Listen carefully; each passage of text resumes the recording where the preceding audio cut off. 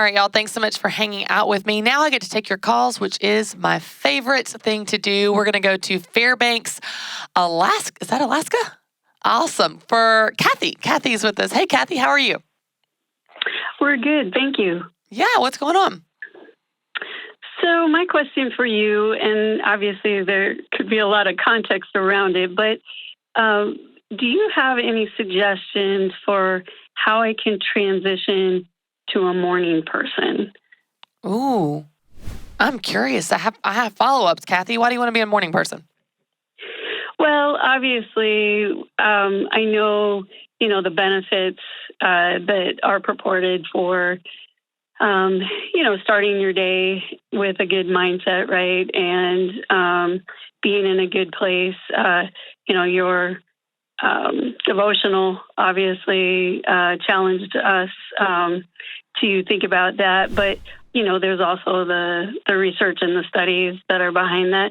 And then besides that, Jesus actually went off in the mornings for alone time. It talks about that context as well. So I know inside that it's a good thing.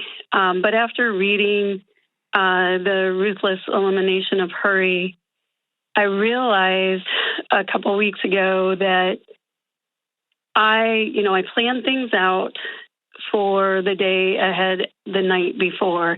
So I'll have my clothes laid out. I'll have my lunch ready to go.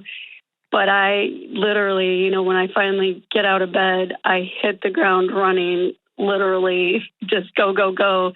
And I realized that in that rush that I am sending a message to my family that I don't have time for them. Hey, Mom, or hey, Kathy, I need to ask you, what the plan was, but I'm in a hurry. By that point, I've cut it close, right? And I've got to get going. And it really was sort of a heart moment that I realized that, wow, I am sending a message to them that I don't intend to and that I don't want to.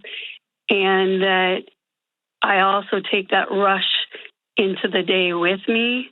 Like, how quick, can I try not to go over the speed limit? Yeah. Have you ever been a morning person, Kathy? In reflection, maybe as a young child, but I've got a track record of probably almost 30 years now. Once I left for college, I sort of got into a routine of the evening and staying up and doing, my schoolwork, late into the evening.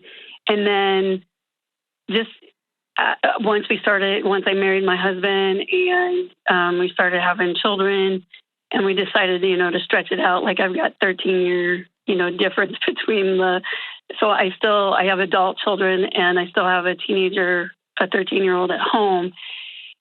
I sort of relished or got into the habit of getting everybody to bed and then having my quiet and, reading or reflecting at that time. Yeah.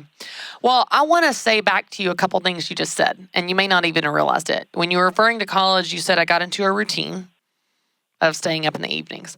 And then just now you said I got in the habit of putting my kids to bed and relishing this time.